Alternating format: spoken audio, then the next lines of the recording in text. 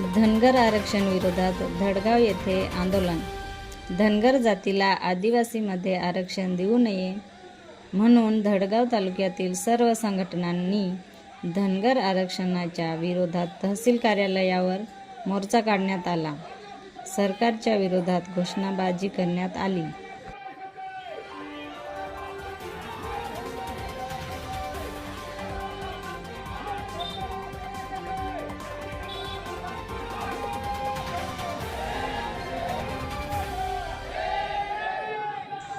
बातम्या व जाहिरातीसाठी संपर्क करा. Mobile number 8888 39 43 65.